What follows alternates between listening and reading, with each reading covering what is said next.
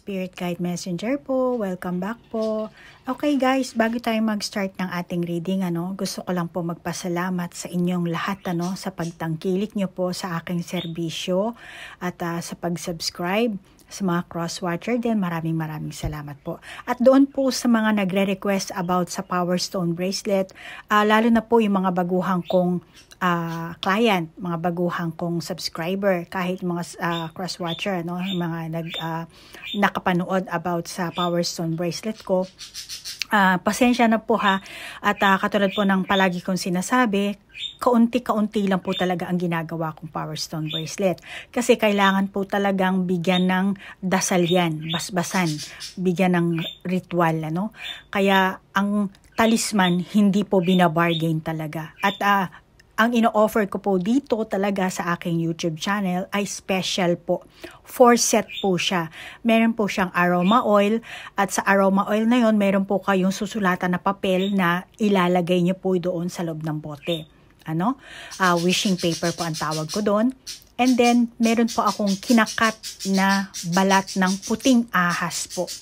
Which is, binibili ko po yun sa shrine. Okay? At banal po ang turing nila sa ahas na yon, sa puting ahas na yon. At kinakat ko po yon at sinasama ko po sa 4 set na yan. So, 4 set po yan, which is isang Power Stone Bracelet at aroma oil, wishing paper, at yung balat na puting ahas. So, yan po ang set po yan. Dito ko lang po binibenta yan sa aking YouTube channel. At yung ibang mga binibenta kong Power Stone Bracelet dito sa Japan, lalo na sa mga Haponesa na meron pong pumapakyaw kasi, which is bracelet lang po talaga ang binibenta ko doon. Okay? So, meron pong nag-send sa akin ng question. At actually marami. At alam ko rin po na marami na rin sa inyo na nagiging spiritually awakened na po. Nakakaranas na po kayo yung dark night of the soul at kayo mismo naramdaman nyo na isa na kayong kakaiba after ng yung iba sa inyo after ng corona, ng COVID, bigla ang may nangyari sa inyong kababalaghan. Hindi nyo maintindihan, wala kayong taong walang taong makasagot ng inyong katanungan, At yung iba sa inyo dito naligaw sa akin, umalis, bumalik. So, hindi po coincidence na naligaw kayo dito sa aking channel. At maaring yung iba sa inyo, umalis kayo dahil hindi na ito yung inyo, kailangan nyo mag-level up. Okay? So, kailangan talaga, hanapin nyo talaga yung sarili nyong, kung sino talaga kayo. Kung baga, yan ang una nyong assignment dito. Once na naging gumising na kayo sa mundo ng spiritual. Ngayon, yung nag-send sa akin na palagi daw siyang nadidrain. Bakit ganun? Palagi siyang pagod. Maraming kadahilanan po yan. Pero ilan lang po ang babanggitin ko dito dahil hindi naman ito para lang doon sa isang taong yun, question niya, Dahil alam ko na marami rin sa inyo na nanonood ngayon, hindi ko alam kung ilang daan, libo kayo makakapanood nito, which is itong video ito, ipopost ko rin po ito sa every zodiac sign na i-upload ko. Okay? So, ang reason kung bakit kayo nadidrain, maging spiritually awakened man kayo o hindi, dahil tayo ay spiritual being po talaga, na meron lang pansamantalang katawan. Itong katawan natin, nabubulok, tumatanda, nagkakasakit. Then later on, mamamatay. Iiwanan natin. Pero ang soul natin, forever yan. At kaya tayo naandito sa Earth, sa mundong ito, sa planetang Earth, dahil stuck tayo sa ating karma. Meron tayong mga kasalanan, mga nagawang hindi mabuti. Yung iba sa atin, which is malamang hindi lahat, lalo na yung mga starseed, mga light worker, malamang kayo ay nag-volunteer lang, which is kahit na sabihin mong volunteer ka lang dito sa planetang Earth na to, which is meron ka pa ring senaryo, meron ka pa ring soul contract, meron kang ang tawag dito, yun. Kasi lahat nga tayo dito sa mundong ito, artista. Okay? So, yung kung bakit ka nadidrain, malamang na puno ka ng takot. Tinatakot man sarili mo. Marami kasi kung negative thinking ka. Kung ano na lang iniisip mo, hindi pa naman nagaganap. Malamang na takot kang mawala ng pera, takot kang maging mag-isa, marami kang takot na nararamdaman, takot kang mawala ng trabaho, takot kang maiwanan ng ganito, marami. So yan ang isang dahilan kung bakit na nauubos yung enerhiya mo sa katawan mo, nadidrain ka. Plus, nanonood ka ng mga negatibong palabas sa YouTube, sa news, mga pelikulang, lalo na kung ikaw isang talagang light worker, starseed na kasi ang mga light worker, kahit starseed, mga empath kasi sila. Kaya malamang ikaw rin, na nanonood dito, malamang na ganun ka, kaya nadidrain ka, So, sobrang pinapanood mo lang yung drama na violente, nararamdaman mo. Lalo na yung mga dramang, talagang super drama. Yung maraming iyakan, yung mga istoryang karumal-dumal, malamang na hindi nakakaya ng enerhiya mo na manood ng ganun. Kasi napipick up mo, kahit nasabihin mo movie yon or just like a drama lang naman sa TV, pero hindi, napipick up mo pa rin yun. Kaya nadidrain ka. Okay? So, yan ang mga ilang dahilan. At maari yung iba sa inyo, masasabi ko na naandun ka pa rin sa nakaraan mong negatibong karanasan. Kumbaga, siguro na nababasa nyo na yan sa internet, na yung dwelling on the past. Yan. Yung iyong isipan, yung iyong puso, naninirahan ka pa rin sa nakaraan mong negatibong karanasan, experience. Kaya, ang nangyayari sa'yo, nadidrain ka. Overwork yung iba sa inyo. Lack of sleep. Kakulangan sa pagtulog. At procrastination. Sobrang pagtitingin sa social network. At saka, yung self-criticism na sinasabi. At yan ang mga kadahilanan kung bakit nadidrain ka. At makakabuti sa'yo na iwasan mo. Dahil ikaw lang ang makakapag-handle ng iyong sariling enerhiya. Okay? So, the more na mababalance mo yan, the more na hindi ka na madidrain. Okay? So, yan po yan, Kaya kung nakakaramdam kayo na parang hapong-hapo kayo, pag-isipan nyo. Kaya nga sinasabi ko palagi sa mga reading ko, kailangan talaga ng self-realization, self-awareness, self-reflection. Capricorn, ikaw ngayon ang bibigyan ko ng reading, ha? At ang intention ko sa paggawa ng video ito, naway mabigyan ko kayo ng kamalayan at pag-asa. Naway ma-heal nyo ang inyong mga sarili at magkaroon kayo ng pagmamahal.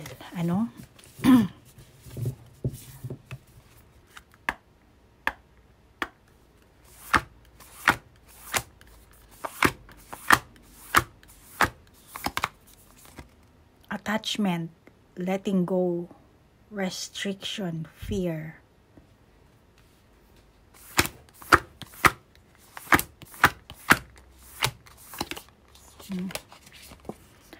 The dream, something is revealed, insight, breakthrough. Excuse.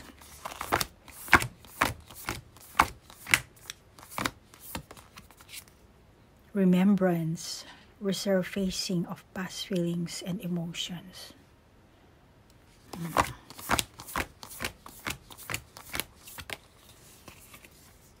Enchanted forest, mystery, magic, excitement. Lagay lang natin yan dyan.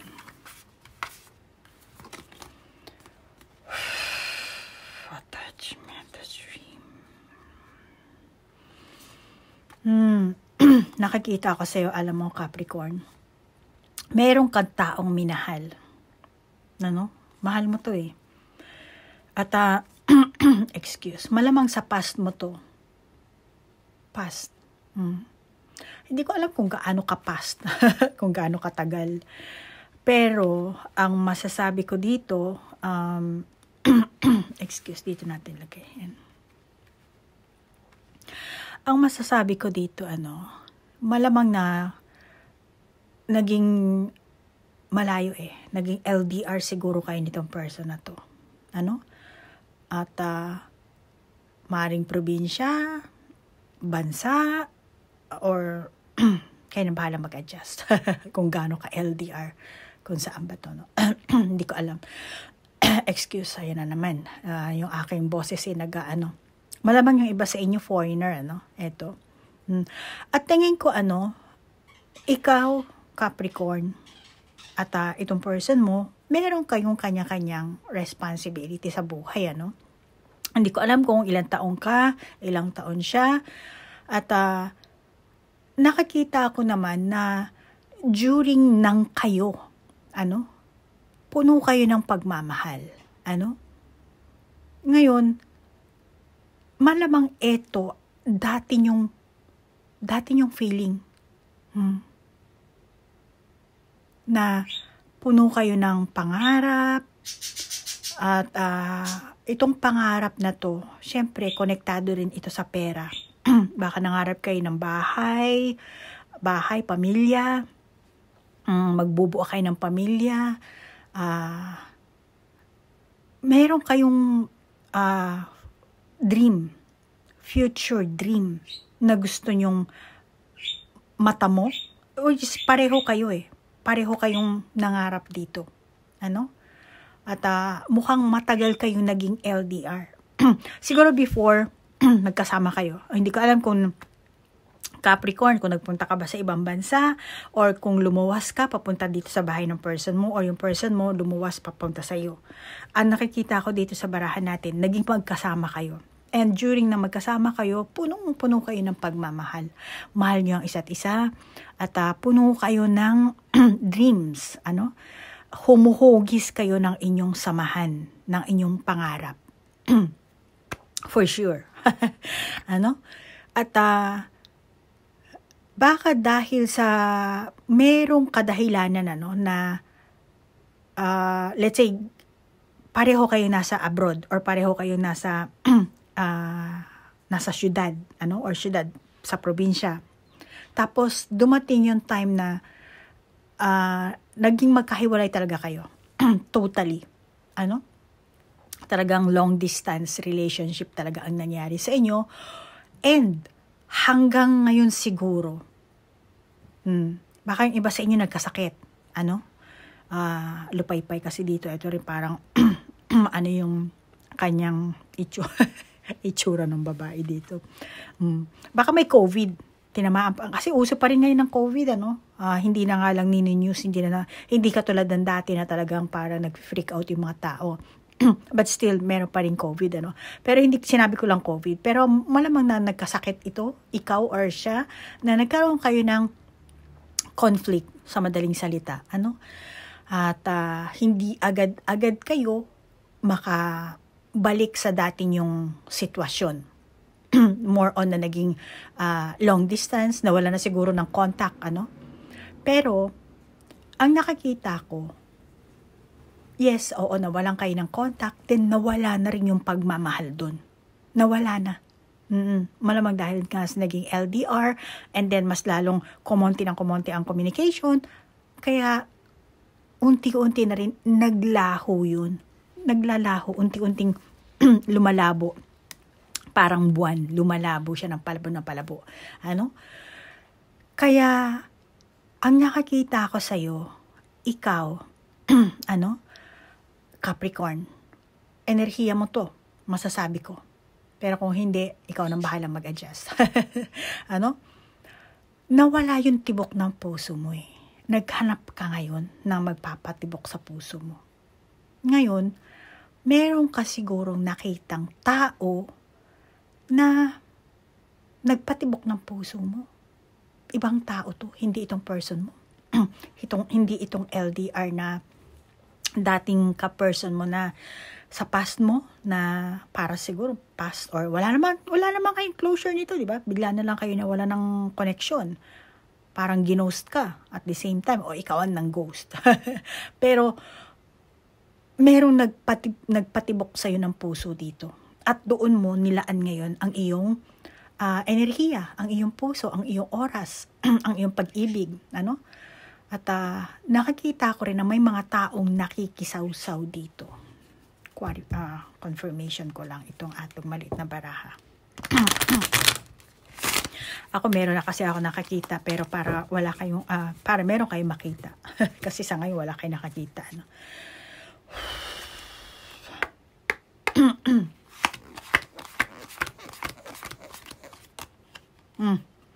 Clouds.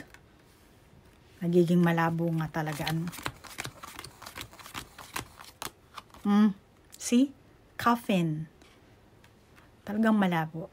Para sa'yo talaga wala na yung feelings mo dito sa past person mong ito. Then, merong mga tao nakakakita nito. Ano? Malamang friend mo, best friend mo, very, very close friend mo, na nainggit, nakikisawsaw sa issue. At yung nangyari dito, etong past na person mo, malamang na, ang akala niya meron pa kayo. Kasi nga wala kayong closure dito eh. Pero ikaw ang nagtatago, Capricorn. Pinagtataguan mo tong person mo. Dahil sa kung anong kadahilanan. Ano? Maaring pera or maaring tumibok ang puso mo sa iba talaga. Kaya ayaw mo nang kontakin. Hindi mo rin alam kung paano mo sasabihin sa kanya ang katotohanan. Ano? Malamang. Kaya meron nagsumbong dito sa person na to. Kaya hindi ka nagpaparamdam. Ikaw ang nang-ghost dito, Capricorn. Okay? Kaya ngayon, ayan, may nagsusumbong dito na ito nga, may third party. Ikaw ang gumawa. So, meaning, wala kang closure dito sa person na to, kumbaga. Ano? Capricorn. Ikaw ang kumaliwa. At may taong nanira din sa'yo at the same time. Maaring nainggit or maaring naawa dito sa past person mo or dito sa person na wala kayong closure. Ano? Sa kung anong kadahilanan, nalaman nitong person mo na ikaw, hindi ka na nagpaparamdam dito. So, bakit? Kasi nga, may nagsabi na meron na siyang iba. Kaya ikaw, nagtatago ka ngayon. Ano? Hindi mo madiretsa itong past person mo. Ano? Capricorn. At malamang, ano bang baraha? Ano?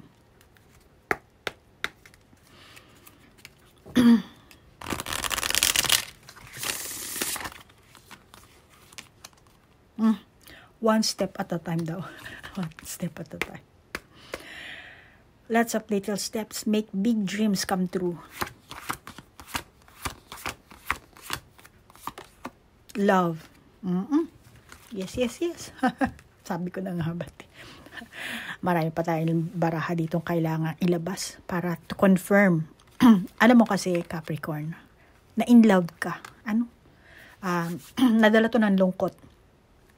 Kaya nagawa mong mangaliwa.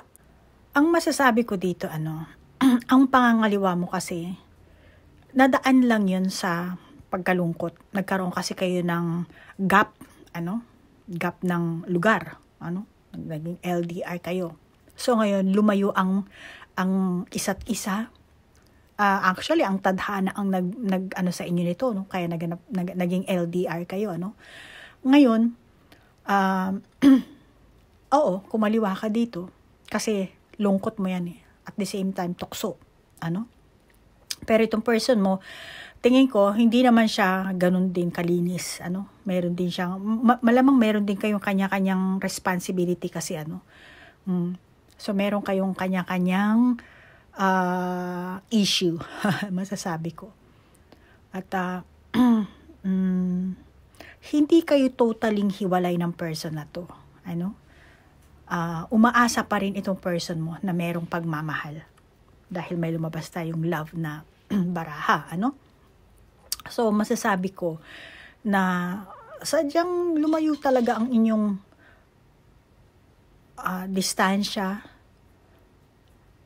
Pinaglayo kayo. Pagsubok ito ng tadhana sa inyo. Pero, Capricorn, ang tanong kasi dyan, sino ang mahal mo? Kasi may nagpatibok na sa'yo ng puso, pero meron kang responsibilidad dito. Wala naman kasi kayong closure. Ano? Alamin natin ang excuse. Ganyan talaga pagka umaarangkada ang gabay ko. Sila ang nagbibigay sa akin ng malakas na intuition. Alamin natin ang ng person mo dito.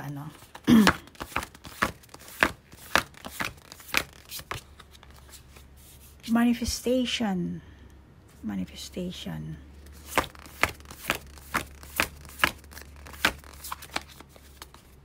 Finding.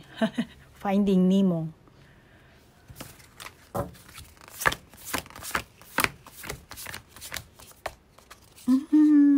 New beginnings.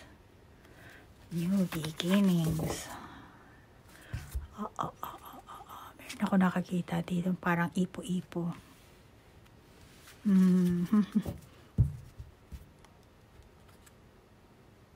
So, dito, masasabi ko feeling ng person mo. Pero dahil nga, alam mo, etong itsura ng barahan natin, meron ngang masasabi kong naiinggit, gustong makisali, may dalang awa ba to, or hindi ko maintindihan kung, kasi may nagsumbong nga dito sa person mo, at malamang, dahil nga may involved na pera dito, dito sa inyong samahan, dito sa LDR mong person, at etong person mo, yung nararamdaman niya, kasulukuyang estado ng kanyang isipan, manifestation, kasi, then finding. So, hinahanap niya yung mga pera na binigay niya sa'yo.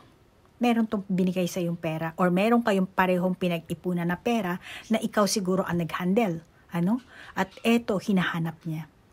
Nasaan na yung pera? Pareho siguro kayo nangarap before, dahil mahal na mahal yung isa't isa, nagkaroon kayo siguro ng dreams, the dream, So, hinahanap ngayon ito. Gusto niyang hanapin ngayon. At dahil nga nalaman niya na meron third party, tapos LDR kayo, na wala na siya ng contact sa'yo, hindi ka na nagparamdam, hindi ka na So, yan ang gustong mangyari ngayon ng person mo. Nasaan na yung mga pinag-ipunan natin? Nasaan na yung ipinundar natin? Kung ayaw mo na sa akin, ayaw mo na maging tayo, then ibalik mo yung pinaghirapan ko. Yan ang gusto niya. Yung ginastos ko. Kung ano man ang ginastos nito, hindi ko alam. Ikaw na nakakaalam nito, Capricorn, So, gusto niya maibalik. At mukhang malaking gulo ang mangyayari dito, Capricorn, kapag hindi ka nakipag-ayos dito. At itong person mo, puno siya ng pangarap kasi sa'yo. Gusto niya, siguro meron siyang dating naging karelasyon, maaring asawa siguro before, at hindi nag-work.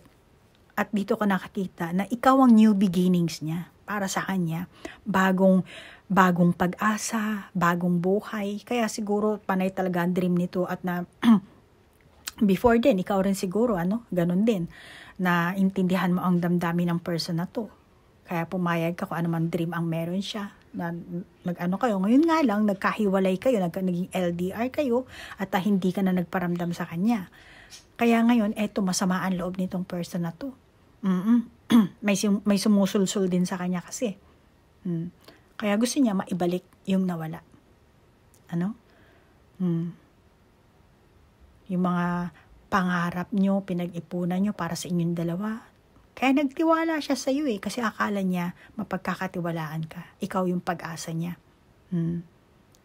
Siguro bago kayo maging LDR, na andun yung meron kayong matagal na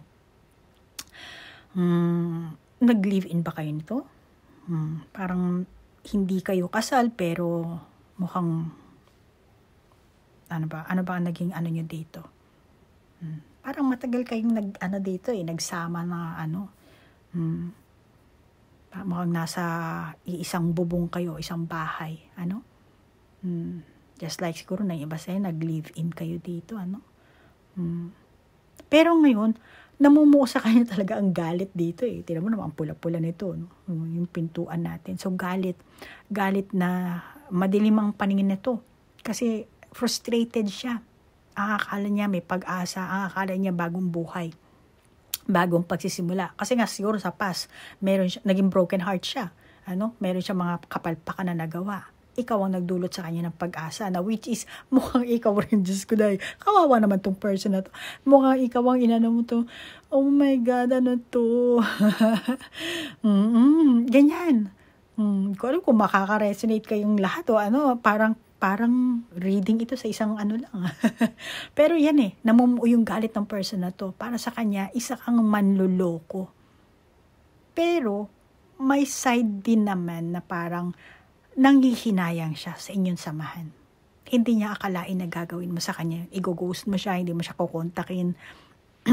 Hindi niya ini-expect na, oh my God, Capricorn, bakit mo ko iniwan? Bakit mo ko kinaliwa? Bakit mo ko pinagpalit? May ganun siyang klaseng nararamdaman.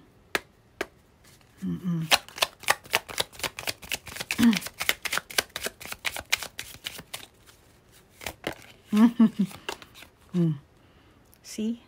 Marami siyang in-offer sa'yo, Capricorn. Marami siyang in-offer. Sa kabila ng lahat ng yun. Kumbaga, binusog ka niya, Capricorn. Yung tuyot, diniligan niya. Yung wala ka, binigay niya. Pero sa kabila ng lahat ng yan, parang niloko mo pa siya. Yan ang nararamdaman ng person mo. Ng person mo. Alamin pa natin kung anong challenge ang meron kaya. At saka, ano pang issue ang meron kayo. Kasi kailangan mong ma-resolve yan, para umunlad ka, makapag-move forward ka, maging kayo man o hindi, yung sitwasyon mo, mapaayos mo, alamin lang natin kung anong problema pa, challenge nyo, at kung ano magiging kalalabasan.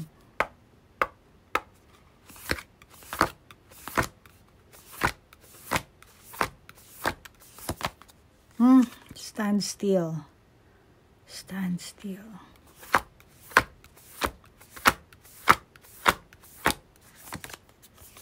The Time Master. The Time Master.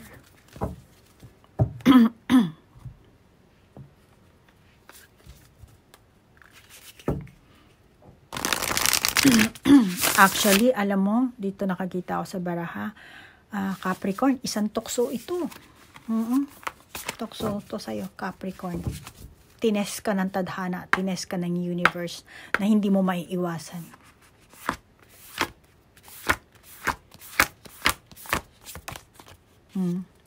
The Uncharted Sea.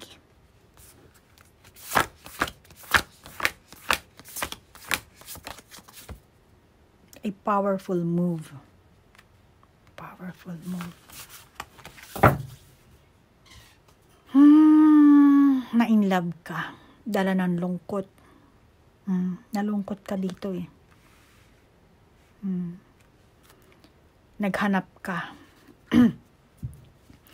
At malamang na itong naging third party, itong nagustuhan mong tao, Capricorn, ay type na type mo siguro ito. Parang siya yung mas hinahanap mo kumpara dito sa past mong person. Parang mas dito ka sa itong third party na to, mas dito ka nakaramdam ng familiarity, dito ka mas nakaramdam ng palagayang loob mo.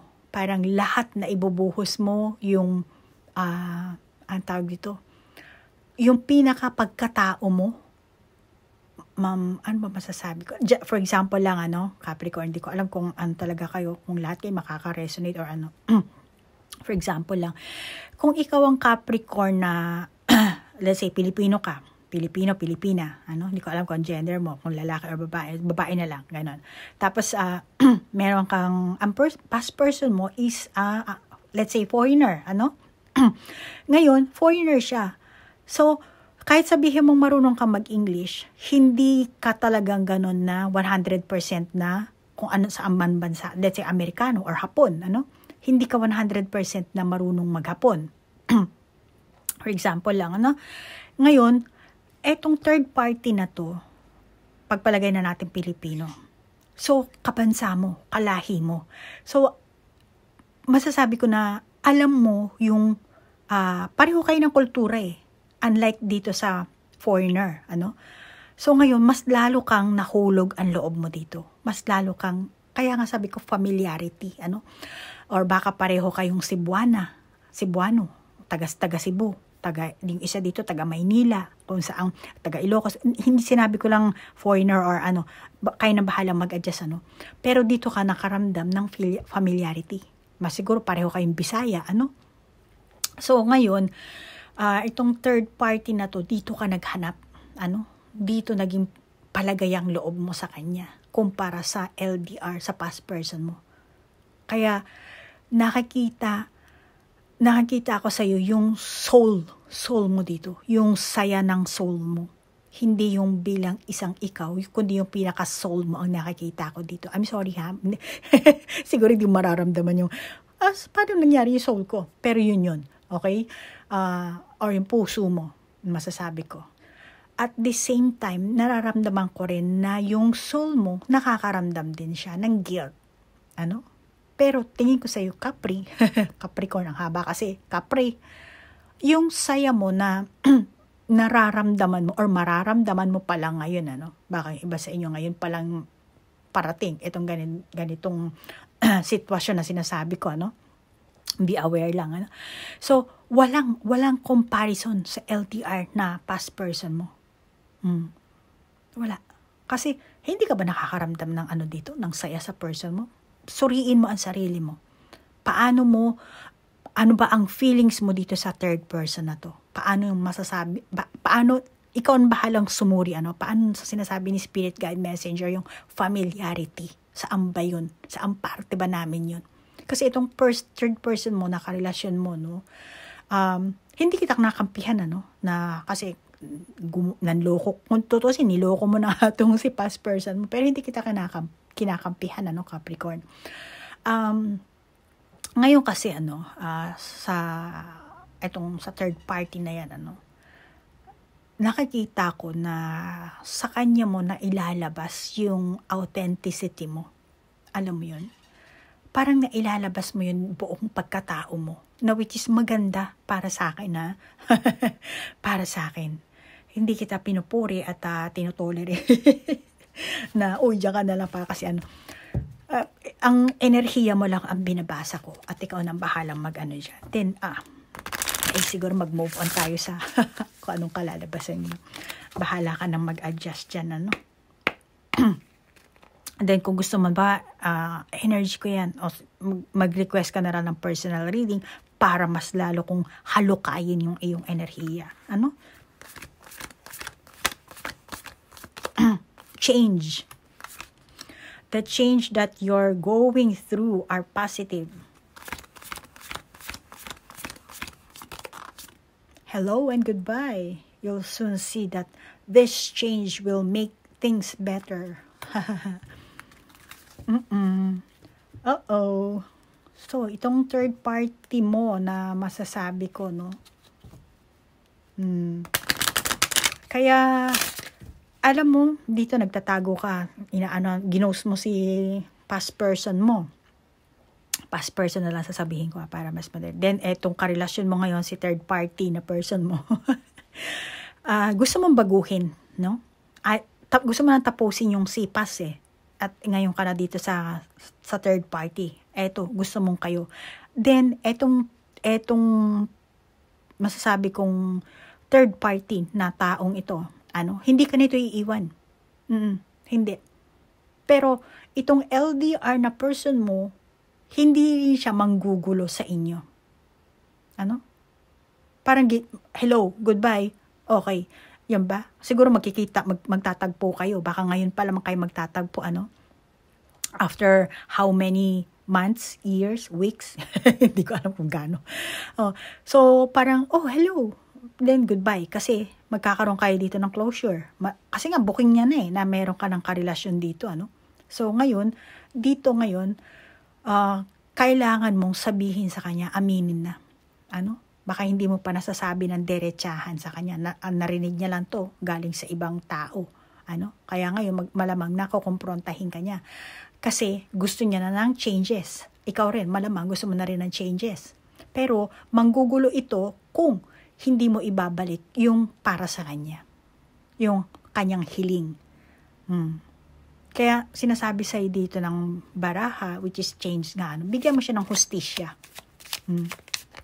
Nanghihingi kasi siya ng hustisya. Maaring pera na pinagka-anchor. See? Maaring pera or maaring simpleng closure lang ang gusto ng person na to. Kayo na bahala mag-adjust. At kayo rin, itong third person na to,